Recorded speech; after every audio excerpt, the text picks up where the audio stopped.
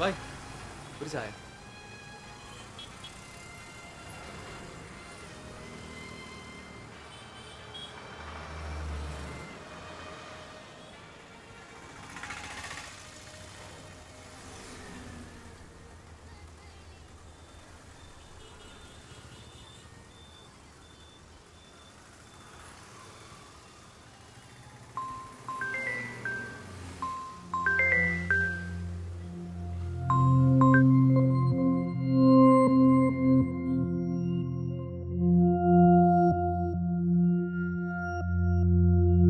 ഞാൻ അരുൺ. ഇന്ന് ഹോസ്പിറ്റലിൽ നിന്ന് വിളിച്ചിരുന്നു. ആ കോൾ എടുക്കാതെ തന്നെ എനിക്കറിയാമായിരുന്നു അതിൻ്റെ റിസൾട്ട് എന്താണെന്ന്. നിരാശയില്ല, പകരം സന്തോഷം മാത്രം. എനിക്ക് ചുറ്റിലുമുണ്ട് വേദനിക്കുന്ന ഒത്തിരി പേർ. ക്ഷമിക്കണം, വേദനിക്കുന്നു എന്നുള്ളത് എൻ്റെ ചിന്ത മാത്രമായിരുന്നു. അത് തെറ്റായിരുന്നു എന്ന് മനസ്സിലാക്കിയത് ദേ ഈ കുട്ടിയെക്കുറിച്ച് അറിയുന്നതിന് തൊട്ടു മുൻപ് വരെയായിരുന്നു.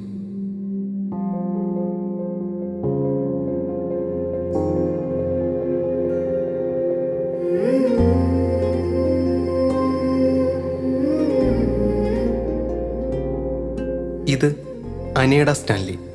മിടുക്കിയാണ്. തൻ്റെ കുറവുകളെ കഴിവുകളും നിറവുകളുമാക്കി മാറ്റിയൊരു പെൺകുട്ടി. അവളുടെ ജീവിതം ഞാൻ അടുത്തറിഞ്ഞതുപോലെ നിങ്ങളും അറിയുമ്പോൾ ഇപ്പോൾ നിങ്ങൾ അനുഭവിക്കുന്ന എല്ലാ വേദനകളും മറന്ന് ഈ ലോകത്തെ നോക്കി പുഞ്ചിരിക്കുവാൻ നിങ്ങൾക്കും സാധിക്കും. അതെനിക്ക് ഉറപ്പാണ്.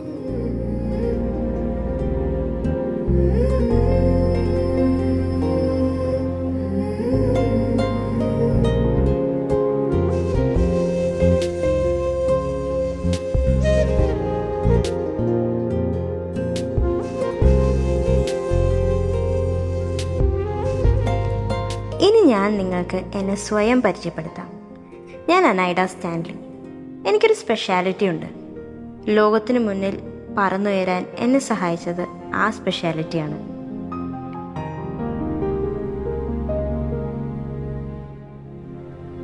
എനിക്ക് ഒരു റെയർ ജനറ്റിക് ഡിസോർഡറാണ് ഉള്ളത്. ഓസ്റ്റിയോജെനസിസ് ഇംപെർഫെക്റ്റ എന്നാണ് അതിൻ്റെ റിയൽ ആയിട്ടുള്ള പേര്. ഷോർട്ടായിട്ട് നമ്മൾ ബ്രിട്ടിൽ ബോൺ ഡിസീസ് എന്ന് വിളിക്കും. എൻ്റെ ബോൺസ് ഭയങ്കര ബ്രിട്ടിലാണ്, പെട്ടെന്ന് ഫ്രാക്ചർ ആവും, ബെൻഡാവും, ഒടിയും. ഇതൊക്കെയാണ് എൻ്റെ ഒരു കണ്ടീഷൻ്റെ ഒരു സ്പെഷ്യാലിറ്റി എന്നൊക്കെ വേണമെങ്കിൽ പറയാം.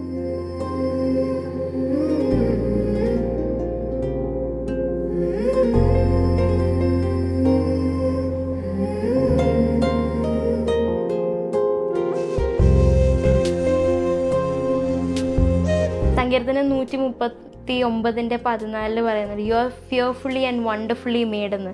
അപ്പോൾ ഞാൻ പണ്ടൊക്കെ പറയായിരുന്നു ഇത് എനിക്ക് കുറച്ച് മാനുഫാക്ചറിങ് ഡിഫക്റ്റ് ഉണ്ടെന്ന്. പക്ഷേ ഇപ്പോൾ എനിക്ക് മനസ്സിലായ ഒരു കാര്യം, God can never make A manufacturing defect. ഇപ്പോൾ ദൈവം എന്നെ ഇങ്ങനെ സൃഷ്ടിച്ചിട്ടുണ്ടെങ്കിൽ അതിന് ഉറപ്പായിട്ടും ഒരു പേർപ്പസ് ഉണ്ട്. അല്ലാതെ ചുമ്മാ ഒന്നും ഈശോ നമ്മളങ്ങനെയൊന്നും സൃഷ്ടിച്ച് ലോകത്തിലേക്ക് വിടത്തില്ല.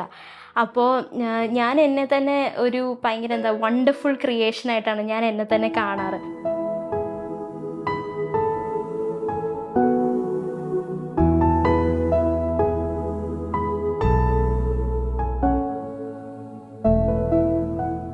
എൻ്റെ വീട്ടിൽ ഞാൻ ഒറ്റ മോളാണ്.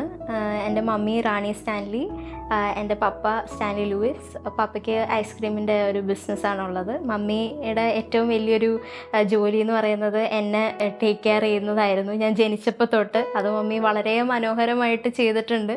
അതിൻ്റെ ഒരു റിസൾട്ടായിട്ടാണ് ഇപ്പോൾ എനിക്കിവിടെ വന്ന് ഇങ്ങനെ ഇരുന്ന് സംസാരിക്കാൻ പറ്റിയത്. അപ്പം മമ്മിയുടെ ജോലി എന്താണെന്ന് ചോദിച്ചാൽ എന്നെ കാണിച്ചിട്ട് ഞാനാണ് മമ്മിയുടെ ഏറ്റവും വലിയൊരു വർക്കെന്ന് ഞാൻ പറയും.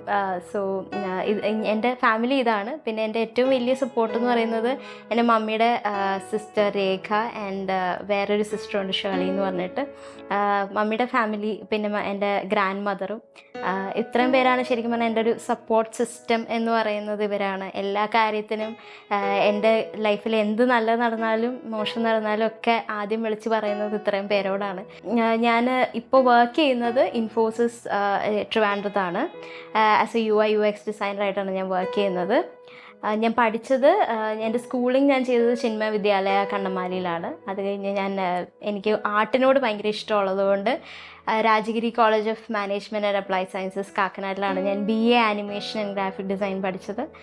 അത് കഴിഞ്ഞ് ഞാൻ MA ചെയ്യാൻ വേണ്ടിയിട്ട് ചങ്ങനാശ്ശേരി മീഡിയ വില്ലേജിലേക്ക് പോയി. അവിടെ നിന്നാണ് എനിക്ക് ക്യാമ്പസ് പ്ലേസ്മെൻറ്റ് കിട്ടിയിട്ട് ഇൻഫോസിസിലേക്ക് ഞാൻ വരുന്നത്. അപ്പോൾ ഇതാണ് ഇപ്പോൾ ഞാൻ കറൻറ്റ്ലി ചെയ്തുകൊണ്ടിരിക്കുന്നത്.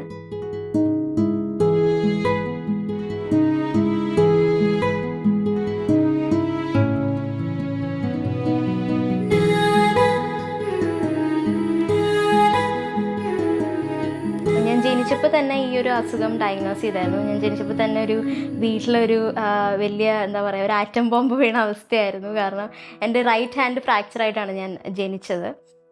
അപ്പോൾ ഡോക്ടേഴ്സിനൊക്കെ ആദ്യം ഇതെന്താണെന്ന് മനസ്സിലാക്കാൻ കുറച്ച് പാടായിരുന്നു, ബിക്കോസ് ഇത് റെയറായിരുന്നു. പക്ഷെ എന്തായാലും ആദ്യമേ തന്നെ ഡയഗ്നോസ് ചെയ്തു. അപ്പോഴാണ് ഇത് ഒരു ജനറ്റിക് ഡിസോർഡർ ആണെന്ന് മനസ്സിലായത്.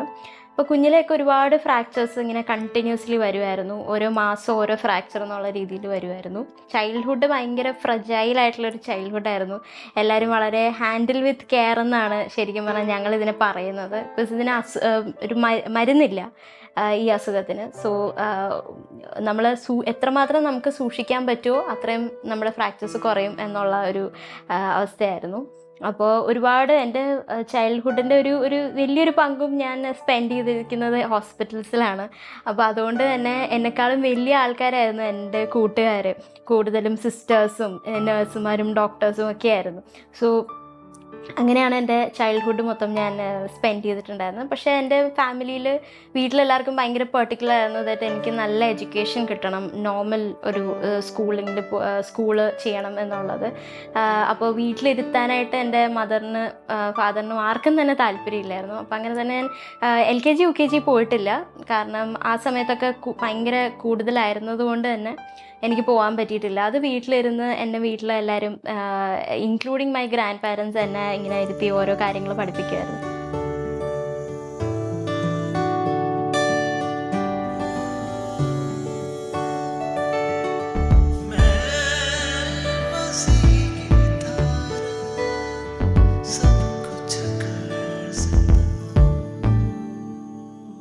ഒന്നാം ക്ലാസ് തൊട്ടാണ് ഞാൻ സ്കൂളിൽ പോകാൻ തുടങ്ങിയത്. പക്ഷേ അവിടെയും നമുക്ക് ചാലഞ്ചസ് ഉണ്ടായിരുന്നു. കാരണം അഡ്മിഷൻസ് തരാനായിട്ട് സ്കൂൾ മാനേജ്മെൻറ്റ്സ് റെഡി അല്ലായിരുന്നു. കാരണം എല്ലാവരും പറയുന്നത് നമ്മളെ സ്പെഷ്യൽ സ്കൂൾസിലാണ് നമ്മൾ പോകേണ്ടത്, ചേർക്കേണ്ടതെന്നൊക്കെ. പക്ഷേ ദൈവം സഹായിച്ച് ദൈവത്തിൻ്റെ കൃപ കൊണ്ട് നമ്മൾ ഇൻ്റലക്ച്വലി വലിയ കുഴപ്പമൊന്നും ഇല്ലായിരുന്നു, പഠിക്കാനൊക്കെ കഴിവുണ്ടായിരുന്നു. സോ പക്ഷേ സ്റ്റിൽ നമ്മൾ എല്ലായിടത്തും പോകുമ്പോൾ നമുക്ക് പ്രൂവ് ചെയ്യണമല്ലോ നമുക്ക് പറ്റും എന്നുള്ളത്. അപ്പോൾ അങ്ങനെ പ്രൂവ് ചെയ്ത് ഒന്നാം ക്ലാസ്സിൽ ഞാൻ ചേർന്നു. പക്ഷേ അഗെയിൻ എനിക്ക് ആകെ 3 ദിവസമേ പോകാൻ പറ്റുള്ളൂ. അത് കഴിഞ്ഞപ്പോഴത്തേനും എനിക്കൊരു വീണ്ടും ഒരു ഫ്രാക്ചർ വന്നു. പിന്നെ വീണ്ടും ഞാനൊരു 1 ഇയറൊക്കെ ബ്രേക്ക് എടുത്തിട്ടാണ് വീണ്ടും ഞാൻ ഒന്നാം ക്ലാസ്സിൽ തന്നെ ഇരിക്കുന്നത്. കാരണം ബേസ് കറക്റ്റ് ആവണം എന്ന് മമ്മിക്ക് ഭയങ്കര നിർബന്ധമായിരുന്നു. അങ്ങനെ എൻ്റെ ഒരു 2 വർഷം അവിടെ പോയി. സോ ഞാൻ എല്ലാവരെക്കാളും 2 വർഷം ലേറ്റായിട്ടാണ് എൻ്റെ സ്കൂളിങ് ഞാൻ കംപ്ലീറ്റ് ചെയ്തത്. അത് കഴിഞ്ഞ് 7th വരെ ഞാൻ എൻ്റെ വീടിൻ്റെ അടുത്തുള്ളൊരു സ്കൂളിലാണ് പഠിച്ചത്. എനിക്കൊരു 7th കഴിഞ്ഞപ്പോൾ കുറച്ചുകൂടെ എനിക്ക് നല്ലൊരു സ്കൂളിലേക്ക് ജോയിൻ ചെയ്യണമെന്ന് ആഗ്രഹം ഉണ്ടായിരുന്നു. അങ്ങനെ വീണ്ടും ഞങ്ങൾ സ്കൂൾ ഹണ്ടിങ് തുടങ്ങി. പക്ഷേ അഗൈൻ ഈ സെയിം ഇഷ്യൂ ആണ് നമ്മൾ ഫേസ് ചെയ്തത്. നോർമൽ സ്കൂൾസിലൊന്നും അഡ്മിഷൻസ് കിട്ടുന്നുണ്ടായിരുന്നില്ല. എല്ലാവർക്കും ഭയങ്കര റിസ്ക് എലിമെൻ്റ് ഉണ്ട് എന്നാണ് പറയുന്നത്. പക്ഷേ നമ്മളെല്ലാ റിസ്ക്കും ഏറ്റെടുത്തിട്ട് തന്നെയാണ് ഒരു സ്കൂളിലേക്ക് നമ്മൾ ജോയിൻ ചെയ്യാനായിട്ട് റെഡി ആയിരിക്കുന്നത്. പക്ഷേ നമുക്ക് അഗൈൻ ഭയങ്കര ബുദ്ധിമുട്ടായിരുന്നു. അങ്ങനെ ലാസ്റ്റ്, അതായത് 7th സ്റ്റാൻഡേർഡ് തുടങ്ങാൻ പോകുന്നതിന് ഒരു 1 or 2 weeks മുമ്പാണ് എനിക്ക് ചിന്മയ വിദ്യാലയ കണ്ണമാലിയിലേക്ക് അഡ്മിഷൻ കിട്ടുന്നത്. ആൻഡ് അത് അഗൈൻ മമ്മി ഇങ്ങനെ പറഞ്ഞു, 1 വർഷം ഒന്ന് നോക്കൂ, എന്നിട്ട് പറ്റിയില്ലെങ്കിൽ ഞങ്ങൾ സ്കൂൾ മാറ്റാം എന്നുള്ളൊരു കണ്ടീഷനിലാണ് എന്നെ ആദ്യം അവിടെ എടുത്തത്. പക്ഷേ ദൈവത്തിൻ്റെ അനുഗ്രഹം കൊണ്ട് എൻ്റെ സെക്കൻഡ് ഹോമായിട്ട് ചിന്മയ മാറി. അവിടെ നിന്നാണ് ഞാൻ 12th വരെ പഠിച്ച് പാസ്സായത്. അവിടെ നിന്നാണ്. എൻ്റെ ടീച്ചേഴ്സും അവിടുത്തെ ഭയങ്കര സപ്പോർട്ടായിരുന്നു അവിടെ എല്ലാവരും തന്നെ എനിക്ക് വേണ്ടിയിട്ട്. സോ അങ്ങനെ ഞാൻ സ്കൂളിങ് കംപ്ലീറ്റ് ചെയ്തു.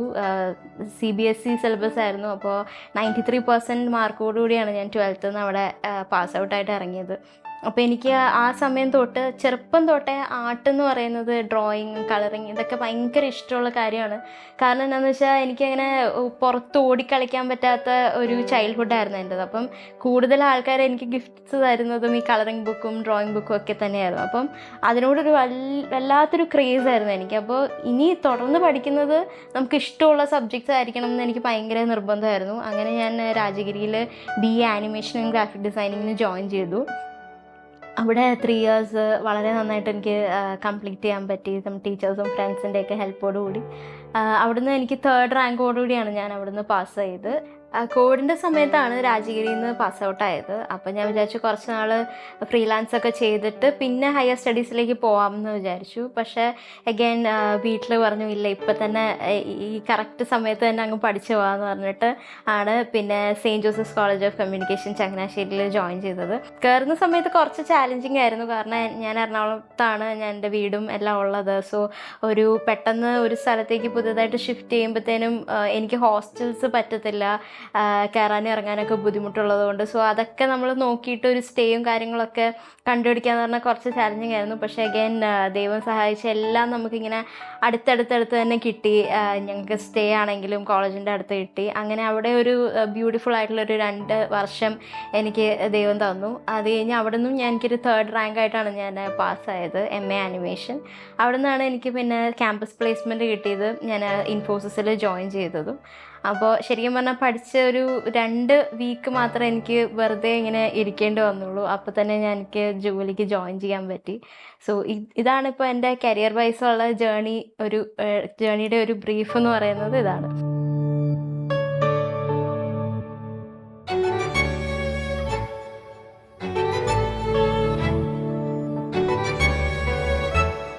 ഞാൻ ദൈവത്തിനോട് എപ്പോഴും നന്ദി പറയുന്നതും ഇതുപോലൊരു ഫാമിലി എനിക്ക് തന്നതിനെ ഓർത്തിട്ടാണ്. കാരണം ഒരുപാട് ഇപ്പോൾ ഒരിക്കലും എന്നെ വേറൊരു കുട്ടിയായിട്ട് കമ്പയർ ചെയ്യുകയോ അല്ലെങ്കിൽ ഒരിക്കലും എനിക്കെന്തെങ്കിലും ഒരു പ്രശ്നമുള്ളതായിട്ട് എന്നെ ഫീൽ ചെയ്യിപ്പിച്ചിട്ടില്ല ആരും തന്നെ. എപ്പോഴും ഇനി അടുത്തത് എന്താ ചെയ്യാൻ പോകുന്നത്, അടുത്തെന്താ പഠിക്കാൻ പോകുന്നത്, അല്ലാതെ ഇത്രയൊക്കെ മതി, ഇനി നമുക്കിങ്ങനെ സ്റ്റോപ്പ് ചെയ്യാമെന്ന് എൻ്റെ ഇത്രയും പേരിൽ ആരും എന്നോട് പറഞ്ഞിട്ടില്ല എന്നുള്ളത്. ഒരുപോലെ തന്നെ എന്നെ പ്രൊട്ടക്റ്റ് ചെയ്യും, അതുപോലെ തന്നെ എന്നെ പറക്കാൻ സഹായിക്കുന്ന ഒരു ഫാമിലിയാണ് എനിക്ക് കിട്ടിയത്. അതിലെനിക്ക് ദൈവത്തിനോട് എത്ര നന്ദി പറഞ്ഞാലും തീരില്ല. കാരണം ഓരോ കുട്ടികളുടെയും അല്ലെങ്കിൽ ഓരോ ആൾക്കാരുടെയൊക്കെ എക്സ്പീരിയൻസ് കേൾക്കുമ്പോഴാണ് നമുക്ക് മനസ്സിലാവുന്നത് നമ്മൾ എത്രത്തോളം ബ്ലെസ്ഡ് ആണെന്നുള്ള കാര്യം.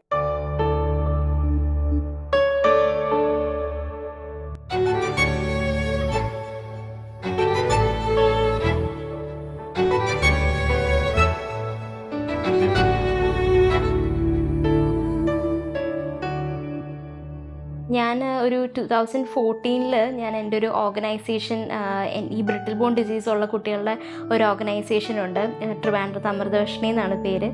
ആ ഓർഗനൈസേഷനിൽ ഞാൻ ജോയിൻ ചെയ്യാൻ ഇടയുണ്ടായി. ശരിക്കും പറഞ്ഞാൽ അതൊരു ഭയങ്കര ഒരു ഐ ഓപ്പണിങ് മൂമെൻ്റ് ആയിരുന്നു എനിക്ക് എന്നെ തന്നെ ആക്സെപ്റ്റ് ചെയ്യാനും ഒരുപാട് കാര്യങ്ങൾ എന്നെക്കുറിച്ച് തന്നെ പഠിക്കാൻ പറ്റിയൊരു സമയമായിരുന്നു അമൃതവർഷിണിയിലേക്ക് ജോയിൻ ചെയ്ത സമയം. അവിടെ ഒരുപാട് കുട്ടികൾ ഈ ബ്രിട്ടിൽ ബോൺ ഡിസീസ് ആയിട്ടുള്ള കുട്ടികളുണ്ട്. അപ്പം എനിക്ക് അത്രയും നാൾ വരെ എനിക്ക് എന്നെ മാത്രമേ അറിയാവുള്ളായിരുന്നു. പക്ഷേ അവിടെ ജോയിൻ ചെയ്ത് കഴിഞ്ഞപ്പോഴാണ് എന്നെപ്പോലെ ഒരുപാട് കുട്ടികളുണ്ടെന്നും ഒരുപാട് എനിക്ക് തന്നെ ഒരുപാട് ഇൻസ്പിറേഷൻ ആയിട്ടുള്ള ആൾക്കാർ അവിടെ ഉണ്ടായിരുന്നു. സോ പിന്നെ എനിക്ക് മനസ്സിലായ ഒരു കാര്യം എന്ന് പറഞ്ഞാൽ നമ്മളെ തന്നെ ആക്സെപ്റ്റ് ചെയ്യുമ്പോഴാണ് നമുക്ക് ഉയരാൻ പറ്റുന്നത്. അല്ലാതെ ഒരിക്കലും നമുക്ക് നമുക്ക് നമ്മുടെ ലിമിറ്റേഷൻസിനെ ഓവർകം ചെയ്യാൻ പറ്റത്തില്ലെന്ന് ഞാൻ പഠിച്ചൊരു കാര്യമാണ്. കാരണം കുഞ്ഞിലേക്ക് എനിക്ക് എന്താ പറ്റിയതെന്ന് എനിക്ക് തന്നെ അറിയത്തില്ലായിരുന്നു. സോ ആൾക്കാർ ചോദിക്കും എന്താ നടക്കാത്തത്, എന്തിനാ എടുത്തുകൊണ്ട് നടക്കുന്നതെന്നൊക്കെ ചോദിക്കുമ്പം മമ്മി ഇങ്ങനെ എക്സ്പ്ലെയിൻ ചെയ്യുമായിരുന്നു. അപ്പം ഞാൻ ചോദിക്കും എന്താ എനിക്ക് ശരിക്കും പറ്റിയത്. അപ്പം മമ്മിയും എൻ്റെ അടുത്ത് പറയുമായിരുന്നു വലുതാവുമ്പോൾ ഓക്കെ ആവും, ഇത് കുറച്ച് നാളത്തെ പ്രശ്നമേ ഉള്ളൂ എന്നുള്ളത്. അപ്പോൾ കുഞ്ഞിലെ ഞാൻ അങ്ങനെ വിചാരിച്ചായിരുന്നത് വലുതാകുമ്പോൾ ഞാൻ ഓക്കെ ആവും എന്നുള്ളത്. പിന്നെ എനിക്ക് മനസ്സിലായി ഇത് ഇൻക്യൂറബിൾ ആയിട്ടുള്ളൊരു ഡിസീസാണ് എന്ന് മനസ്സിലായത്. അപ്പോൾ ഞാൻ പിന്നെ കുറച്ച് നാൾ എനിക്ക് വലിയ കുഴപ്പമൊന്നും ഇല്ലല്ലോ, എനിക്ക് ദിവസം അയച്ച് നടക്കാം, എനിക്ക് നന്നായിട്ട് പഠിക്കാനൊക്കെ പറ്റുന്നുണ്ട്, പിന്നെ വലിയ കുഴപ്പമൊന്നും ഇല്ല എന്ന് പറഞ്ഞാൽ ഞാനൊരു ഡിനയൽ മോഡിലായിരുന്നു നടന്നുകൊണ്ടിരുന്നത്. പിന്നെയാണ് എനിക്ക് സത്യം പറഞ്ഞാൽ ഒരു അക്സെപ്റ്റൻസ് എന്ന് പറയുന്നൊരു സംഭവം എൻ്റെ ഉള്ളിലേക്ക് വരുന്നതും ശരിക്കും ഒരു എൻലൈറ്റ്മെൻറ്റിൻ്റെ ഒരു സമയമായിരുന്നു. കാരണം നമ്മൾക്കുള്ള കുറവുകളെയാണ് നമ്മൾ ആദ്യം മനസ്സിലാക്കേണ്ടത്. അപ്പോൾ ആരെങ്കിലും നമ്മളോട് എന്തെങ്കിലും വന്ന് ചോദിച്ചാൽ തന്നെ നമുക്ക് ഒരിക്കലും ഒരു മടി കൂടാതെയോ അല്ലെങ്കിൽ നമ്മൾ പ്രൊവോക്ഡ് ആവാതെയൊക്കെ നമുക്ക് വളരെ നല്ല രീതിയിൽ നമുക്ക് റിപ്ലൈ കൊടുക്കാൻ സാധിക്കും. അപ്പോൾ അത് ശരിക്കും എനിക്ക് ഭയങ്കര കോൺഫിഡൻസ് തന്നൊരു കാര്യമാണ്, ഒരു സെൽഫ് അക്സെപ്റ്റൻസ് എന്ന് പറയുന്നത്.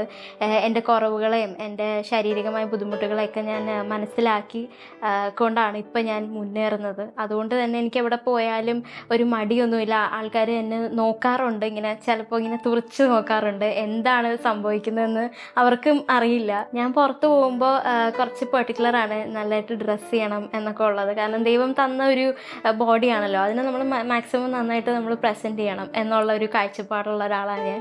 അപ്പോൾ ആൾക്കാരിങ്ങനെ തുറച്ചൊക്കെ നോക്കും. ഈ വാക്കറിലാണ് നടക്കുന്നത്, എൻ്റെ കാലിലൊരു 3 ഇഞ്ചോളം ഡിഫറൻസ് ഉണ്ട്. ഈ ഫ്രാക്ചേഴ്സ് വന്ന് അങ്ങനെ ട്രീറ്റ് ചെയ്തതിൻ്റെ ഭാഗമായിട്ട് വന്ന ഡിഫറൻസാണ് ഈ 3 ഇഞ്ച് ഡിഫറൻസ് ഒക്കെ. അപ്പോൾ ചില ആൾക്കാർ പുറത്ത് പോകുമ്പോൾ വന്ന് ചോദിക്കാറുണ്ട് എന്താണ് കുഴപ്പം എന്നൊക്കെ ഉള്ളത്. അതെനിക്ക് ഭയങ്കര സന്തോഷം തരുന്നൊരു കാര്യം കൂടിയാണ്. കാരണം എൻ്റെ അസുഖം അങ്ങനെ ആർക്കും അറിയില്ല. അപ്പോൾ കുറച്ച് ആൾക്കാരിലേക്ക് അതിൻ്റെ അവയർനെസ് എത്തിക്കുക എന്നുള്ളതും എൻ്റെ റെസ്പോൺസിബിലിറ്റി ആയിട്ട് ഞാൻ കണക്കാക്കുന്നൊരു കാര്യമാണ്. സോ സെൽഫ് അക്സെപ്റ്റൻസിൻ്റെ ഭാഗമായിട്ട് തന്നെയാണ് എനിക്ക് ഈ അസുഖത്തിനെക്കുറിച്ച് പറയാനും ഇത്രയും എനിക്ക് സമൂഹത്തിൻ്റെ ഫ്രണ്ടിലേക്ക് വരാനും ഒക്കെ പറ്റിയത്. അതുകൊണ്ടാണ്.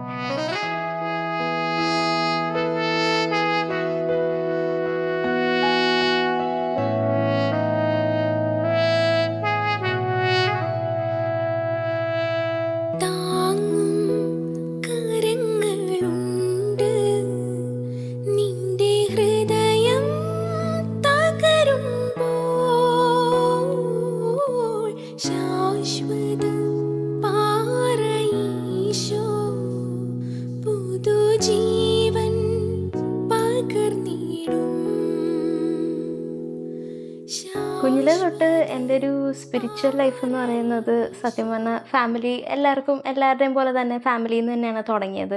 കുടുംബ പ്രാർത്ഥനയും പള്ളിയും ഒക്കെ ആയിട്ട് തന്നെയാണ് തുടങ്ങിയത്. സോ എനിക്ക് പണ്ട് തൊട്ടേ എല്ലാവരും എന്നോട് പറഞ്ഞിട്ടുണ്ടായിരുന്നത്, നീ ഈശോയുടെ ഫേവറേറ്റ് ആണ്, നീ പ്രാർത്ഥിച്ചാൽ എല്ലാം നടക്കും. അപ്പോൾ എല്ലാവരും വന്ന് എൻ്റെ അടുത്ത് പറയുന്നു, നീ എനിക്ക് വേണ്ടി പ്രാർത്ഥിക്കണം കേട്ടോ. അപ്പോൾ എൻ്റെ വിചാരം കുഞ്ഞിലെയൊക്കെ ഞാൻ വിചാരിക്കും, ഓക്കെ ഈശോയ്ക്ക് ഞാൻ ഭയങ്കര ഫേവറേറ്റാണ് എന്നുള്ളതാണ്. ഇപ്പോഴും അങ്ങനെ തന്നെയാണ് കേട്ടോ, അതിന് മാറ്റമൊന്നുമില്ല.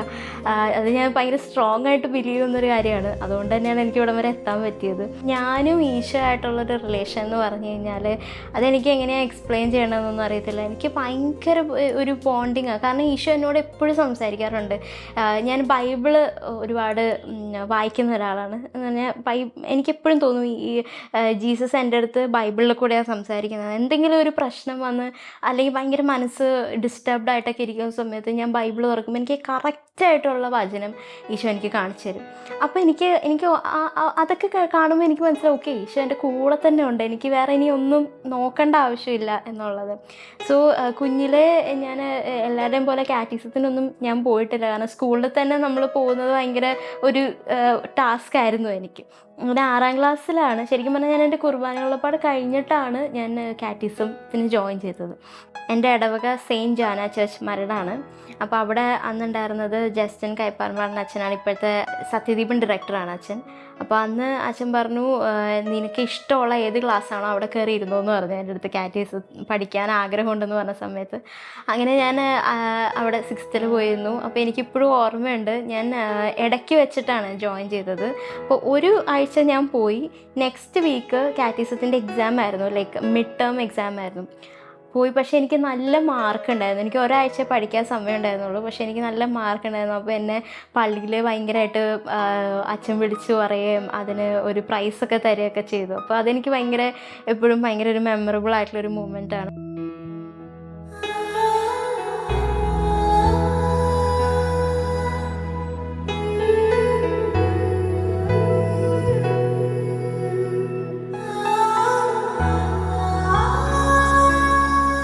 ഇപ്പോഴും എനിക്ക് എൻ്റെ പള്ളി എന്ന് പറയുന്നത് എന്താ ഒരു സ്പെഷ്യലാണ്. കാരണം എല്ലാ ചർച്ചിലും പോകുമ്പോൾ ഞാൻ പോകുമ്പോൾ എല്ലാവരും ആദ്യം ഒന്ന് എന്നെ ഇങ്ങനെ നോക്കും. കാരണം ഞാൻ സ്റ്റിക്കിൽ വാക്കറിലൊക്കെ ആയിരിക്കും പോവുക. അപ്പോൾ പക്ഷേ എനിക്ക് എൻ്റെ പള്ളി എന്ന് പറയുന്നത് എൻ്റെ വീട് പോലെ തന്നെയാണ്. എനിക്ക് അവിടെ ഒരു സീറ്റ് ഉണ്ട്, എനിക്ക് ഭയങ്കര കംഫർട്ടബിൾ ആണ്. അവിടെ എല്ലാ ആൻറ്റിമാരെയും അങ്കിൾമാരെയും എനിക്കറിയാം, അവർക്കും എന്നെ അറിയാം. ഒരു സ്പെഷ്യലാണ് പള്ളി എന്ന് പറയുന്നത്.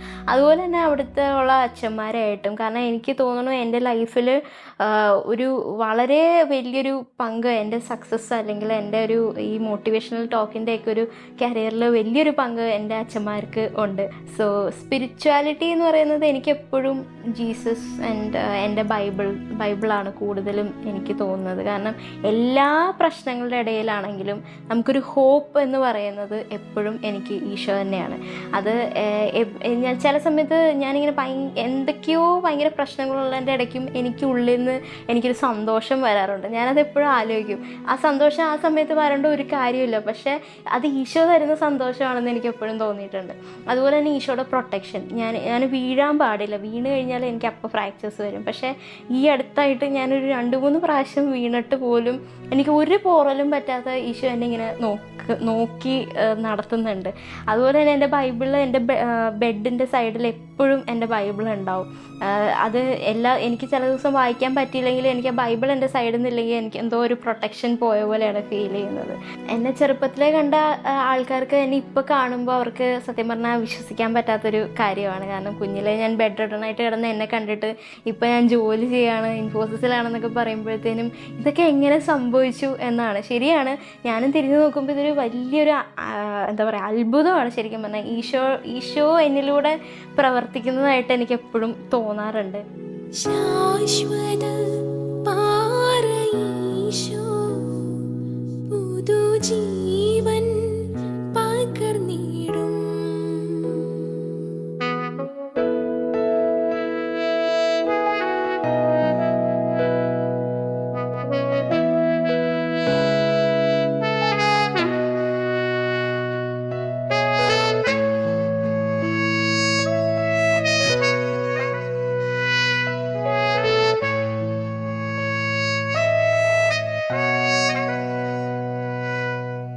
സാൻഡ് ആർട്ടിലേക്ക് വന്നതെന്ന് വെച്ചാൽ ഞാൻ ആദ്യമായിട്ട് ഈ സാൻഡ് ആർട്ട് കാണുന്നത് ഒരു TV റിയാലിറ്റി ഷോയിലാണ്. അപ്പോൾ കണ്ടപ്പം എൻ്റെ മദറൊക്കെ പറഞ്ഞു, നീ വരയ്ക്കുമല്ലോ, നിനക്കിത് ചെയ്യാൻ പറ്റും, ഈവൻ സ്റ്റേജിൽ വരെ നമുക്കിത് പെർഫോം ചെയ്യാൻ പറ്റും. സോ അങ്ങനെ എനിക്കും ഒരു ഇൻട്രസ്റ്റ് തോന്നി. അത് പറഞ്ഞപ്പോൾ തന്നെ എൻ്റെ ഫാദർ ഈ സാൻഡ് ആർട്ടിൻ്റെ ബോക്സൊക്കെ റെഡിയാക്കി തന്നു. അങ്ങനെ ആദ്യമായിട്ട് ഞാൻ ചെയ്യുന്നത് എൻ്റെ ആനുവൽ ഡേക്കാണ് ഈ സാൻഡ് ആർട്ടിൻ്റെ പെർഫോമൻസ് ചെയ്യുന്നത്. സോ അവിടുന്ന് കിട്ടിയ എനിക്ക് ഒരു സപ്പോർട്ട് കാരണമാണ് സത്യം പറഞ്ഞാൽ ഇതുവരെ എനിക്ക് സാൻഡ് ആർട്ട് കണ്ടിന്യൂ ചെയ്യാൻ പറ്റിയത്. അവിടെ ഭയങ്കര വലിയ ഒരു അപ്ലോസും ഒരു റിസീവിങ് ആയിരുന്നു ഈ ഒരു ആർട്ടിന് വേണ്ടിയിട്ട്. അങ്ങനെ ഞാനിത് പിന്നെ ഇടയ്ക്ക് എനിക്ക് ഗ്യാപ്പ് വരുമായിരുന്നു. കാരണം ഞാൻ ചങ്ങനാശ്ശേരിയിലൊക്കെ പോകുമ്പോഴാണെങ്കിലും ഈ ബോക്സ് കൊണ്ടുപോകാൻ പറ്റാത്തതുകൊണ്ട് ഇടയ്ക്കിടയ്ക്കൊക്കെ അതിൻ്റെ ഗ്യാപ്പ് വരുന്നു. പക്ഷേ എനിക്ക് എപ്പോഴും തോന്നിയിട്ടുണ്ട് ഈ സാൻഡ് ആർട്ട് എന്നിലേക്ക് വരുന്നൊരു കാര്യമാണെന്ന്. എപ്പോഴും ഞാൻ മടി പിടിച്ചൊക്കെ ഇരുന്നാലും അപ്പോൾ എനിക്ക് എന്തെങ്കിലും ഒരു സാൻഡ് ആർട്ടിൻ്റെ വർക്കോ ഷോവോ എന്തെങ്കിലുമൊക്കെ വരും. അപ്പോൾ എനിക്കെപ്പോഴും തോന്നുന്നത് ഈശോ പറയുന്ന കാര്യം നീ ഇത് വിട്ട് കളയണ്ട എന്ന് പറയുന്നത് പോലെ എനിക്ക് തോന്നും. കാരണം ഇതൊരു കുറച്ച് യൂണീക്കായിട്ടുള്ളൊരു ആർട്ട് ഫോം ആണല്ലോ. സോ ഇതൊരു വലിയൊരു എന്താ പറയുക ഒരു യൂണീക്കായിട്ടുള്ളൊരു ഗിഫ്റ്റ് ഈശോ എനിക്ക് തന്നതാണ്.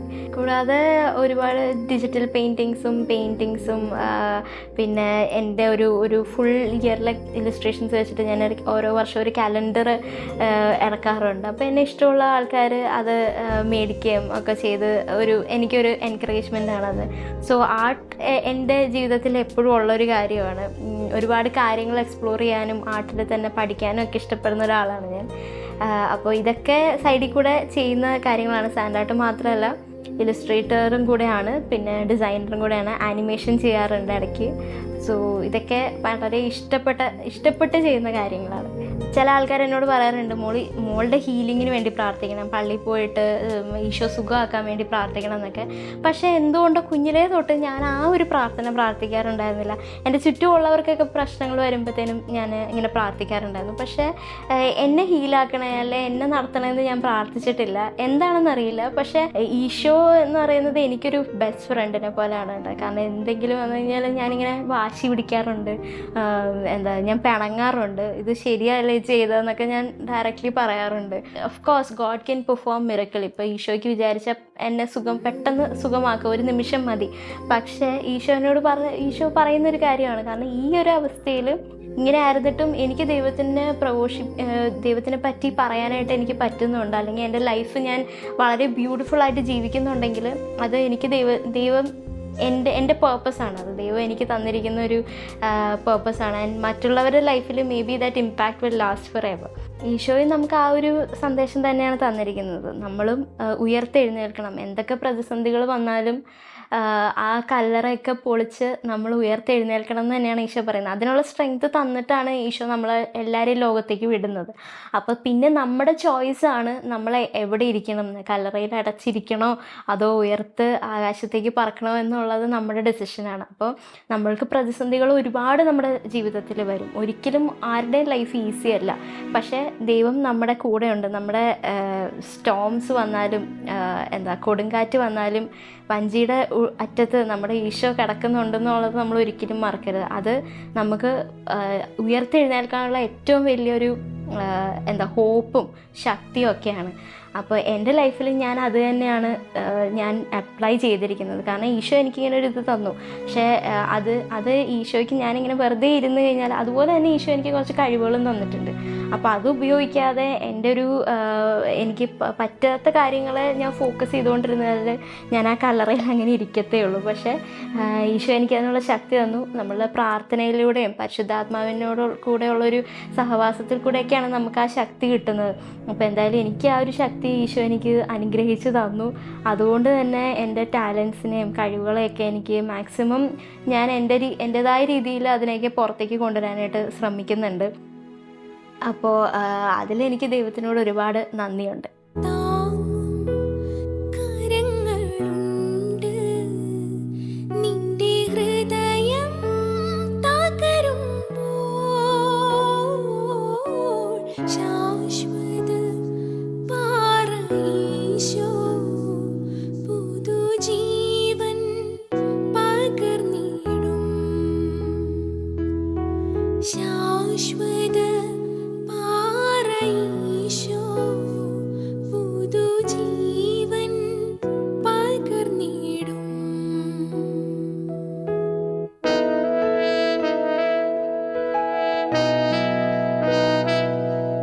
Your God will supply all your needs according to His riches in glory in the name of Jesus Christ. കാരണം നമ്മുടെ പോക്കറ്റിൽ ഉള്ള സംഭവം അല്ല ഉള്ളത്. ഈശോ ആണ് നമ്മുടെ പ്രൊവൈഡർ.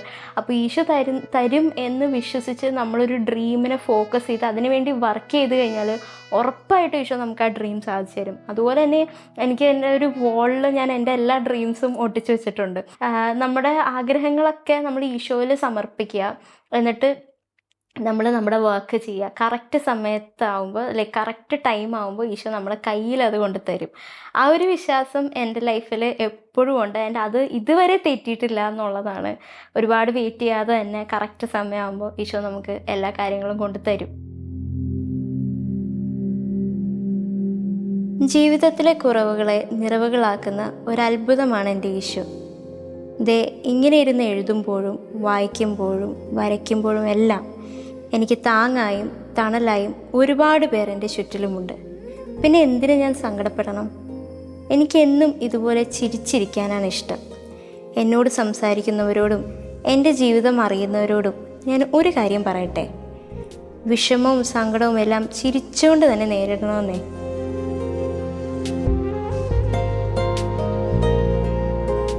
അതെ, ചിലരങ്ങനെയാണ്. അവരുടെ ജീവിതം കൊണ്ട് നമ്മളെ മോട്ടിവേറ്റ് ചെയ്യും. പ്രതിസന്ധികളെ ചിരിച്ചുകൊണ്ട് നേരിടാൻ പ്രേരിപ്പിക്കും. എനിക്കും അനേടയുടെ ജീവിതം ഒരു പ്രേരണയായിരുന്നു. പ്രതിസന്ധികളെ തരണം ചെയ്തുകൊണ്ട് മുന്നേറാനുള്ള ഒരു പ്രേരണ. ദൈവം അനേടയെ സന്തോഷിപ്പിച്ചു. അനേട അവളുടെ ജീവിതത്തിലൂടെ മറ്റുള്ള ഒരുപാട് പേരെ സന്തോഷിപ്പിക്കുന്നു. കാരണം അനേട പറയുന്നത് പോലെ ഈശോയുടെ ഫേവറേറ്റ് ആണ് അവൾ.